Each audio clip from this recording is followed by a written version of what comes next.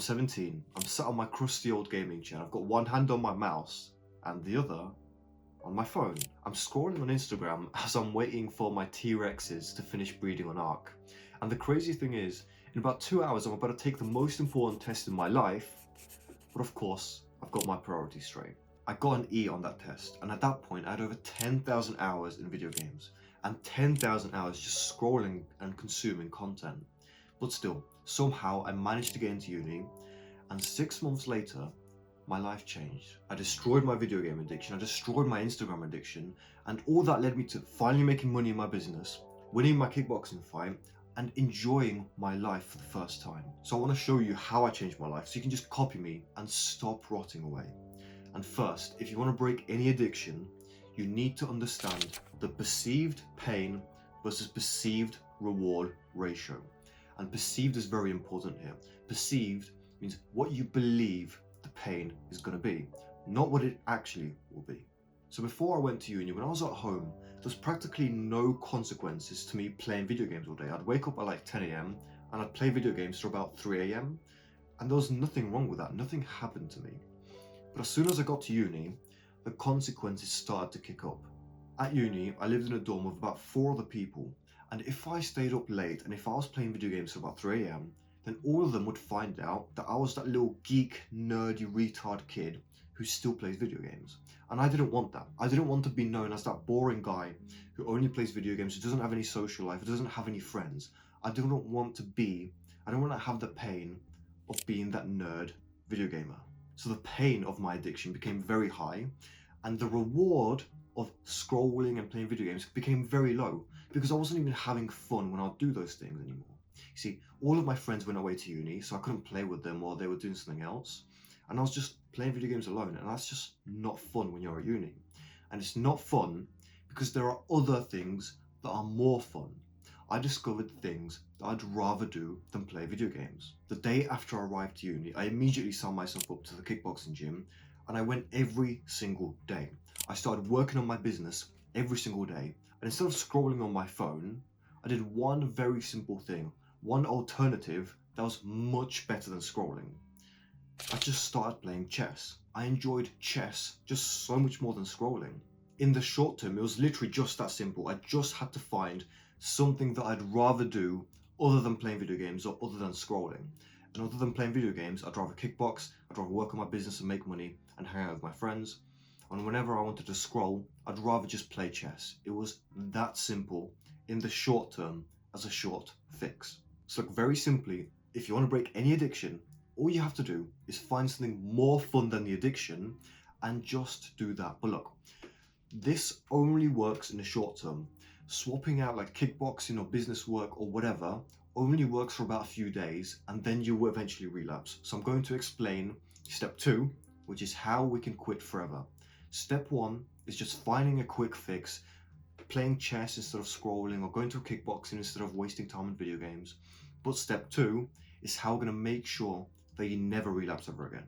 But first, I want you to go join the Discord, because that's where I can help you the most. Look, you can listen to me up on here for however many hours you want, or you can just go join the Discord and literally ask me questions and have a conversation with me. They'll help you 10 times, 100 times more. So go join that. So the next step is quitting long term. How can we make sure that you never go back to your addiction and that you genuinely quit forever? The first thing you have to understand is that there are 2 sides to your brain, the conscious and the unconscious. The conscious is when you choose to do something or choose to think about something. Like, for example, I just chose to pick up my mouse. That was my conscious thought. The unconscious is when you get a random feeling or something randomly happens to you. For example, you might be sat down at your desk and you randomly need to go for a piss, or need to go for a shit, or you randomly just get hungry. That's your unconscious mind. Your unconscious mind gives you the urges to go and do your addiction. It randomly will tell you to pick up your phone and start scrolling on Instagram, or it will randomly tell you that actually you'd feel much better if you were playing video games right now. But what we can do is we can train your unconscious mind to give you the opposite of those feelings. We need to train the unconscious side of your brain to believe that the pain of scrolling on Instagram or playing video games is very high, and that the reward for scrolling on Instagram or playing video games is very low. That way, when you randomly get an urge, your brain will automatically think, but wait, isn't the pain really high, and am I like not gonna get anything if I do this? That way we can force our brain to believe that if we don't do the bad habit, then we won't have to go through all that bad pain, and instead we actually get a reward because we are saving our brain from doing something, from spending energy. Instead, we do nothing, or we can train it to do something else.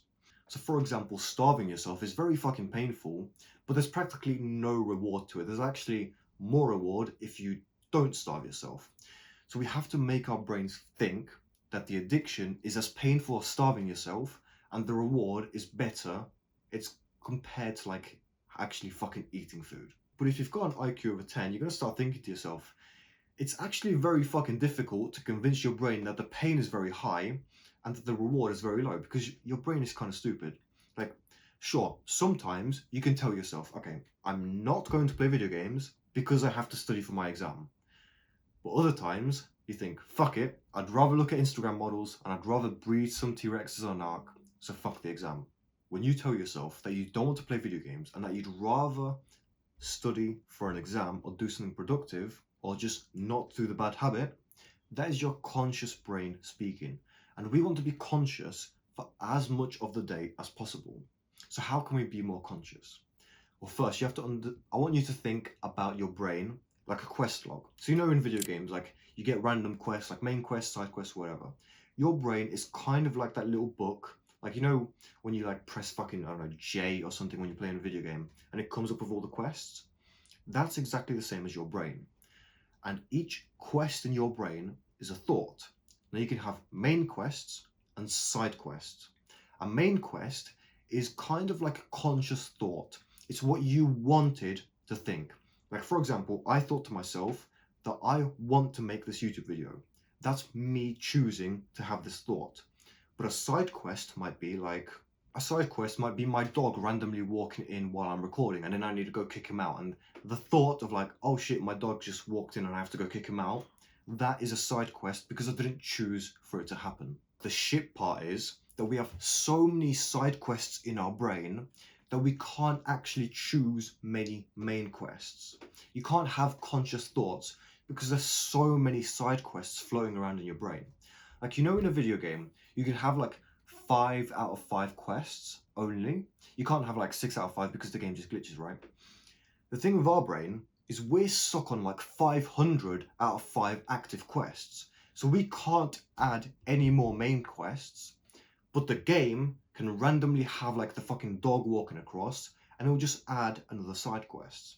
So you can go from like 500 out of 5 active total quests to like 501 or 5 or 600, whatever. You can keep getting side quests, but you can't have main conscious quests. If you can't have main quests, if you can't control the quests that you want to achieve, if you can't control your own thoughts, then you're going to be stuck, distracted, and basically you're going to be stuck in your unconscious mind doing all these side quests. So we have to get rid of them. We have to get rid of the side quests. And how can you do that? The easiest way that I've found to get rid of side quests and be more conscious is meditating, journaling, or going for a walk, or talking to someone, or even fucking yapping to ChatGPT. You have to think your thoughts through, whether that's while you're meditating, whether that's while you're journaling something on a bit of paper or whatever, or whether that's just talking to someone about your thoughts. You have to get rid of those side quests, and most of the time, the easiest thing is either doing it. So for example, if your dog walks into your room, just kick him out and then you no longer think about your dog. Or if it's like a weird side quest that I used to get was like whenever I was texting girls on Instagram, I'd always think to myself like, oh fuck, I hope she's replied. I don't know what she replied to. I don't know what I'm going to reply to her. And then if you just open up your phone, you check what she said, you send her a message, and then you get rid of it, then you're no longer thinking about like, oh shit, I wonder what I needed to send her, or whatever the fuck. You get my point, you get what I'm trying to say here. So if you want to be more conscious, so you can break your habits, you have to first get rid of all the fucking thoughts that are clouding your mind, which are basically just side quests. And you do that by meditating, like I said, journaling, talking to a friend or talking to fucking ChatGPT or just like going on a walk or just staring at your fucking wall. Anything where you just have to let your brain think the thoughts through. And this is how you become the person who just doesn't have any addictions, because you're constantly conscious and you're choosing all the thoughts that you want to have. You don't get urges as badly because you're in control of your mind. Every time that you choose to do a conscious good habit, your unconscious mind starts to get trained to believe that, like, oh shit, he did that good thing that one time. Maybe he is a good person. And think about it like rolling a snowball down a hill. If you consciously start to roll the snowball down the hill and you consciously keep rolling it, eventually that's going to get bigger. And imagine that snowball as your self belief about the person that you want to become. You want to become the person who doesn't have any addictions. So we have to slowly start rolling that snowball. And this is what step one was for. Step one is to quickly get you to start rolling the snowball. So just swap out the bad habit for something decent, like stop scrolling Instagram and just start playing chess. And that's you rolling the snowball. Then every time you get an urge, you need to clear your brain quests, be more conscious, and slowly start to make better decisions. And then after like a few years, your snowball becomes so fucking big that you never even want to do the bad thing, because you understand that the pain is very high and the reward is very fucking low. If you can convince your subconscious mind that the pain of doing a bad habit is very fucking high and the reward is practically non-existent, then you will never do it, because you will always get side quests which tell you, oh shit, today we shouldn't scroll on Instagram, we should do something else instead, because I don't want to go through all that pain. And that's how you can stop scrolling forever. That's how you break any addiction. That's how you stop playing video games. All you have to do is first find a short-term solution, start doing that short-term solution, and then train your brain to become more aware every time the urges come up, and then fight those urges slowly but steadily. Imagine just rolling a snowball. Look, I can yap on camera for however many minutes you want, but realistically, I didn't really teach you all that much today. You already knew most of the things that I was talking about. Sure, I said them in a fancy way or whatever, but you already knew the principles of what I was saying. And the reason why you keep scrolling, and the reason why you'll probably scroll onto another video or go back to doing your bad habits and go back to your addictions, isn't because you don't know what to do. It's because you don't have any accountability. You don't have someone who's already fixed the problem for themselves talking to you every single day. And that's why I made the Discord. I made the Discord so that guys like you can come and they can learn from me, someone who's actually quit the fucking addictions, and I can genuinely help you one-on-one. Like, sure, it's nice to watch me yap on the camera, but it's much nicer to speak to someone who's done the thing that you want and get genuine help. So join the Discord if you want, and if you don't want to, then just click on watching on the video. Goodbye.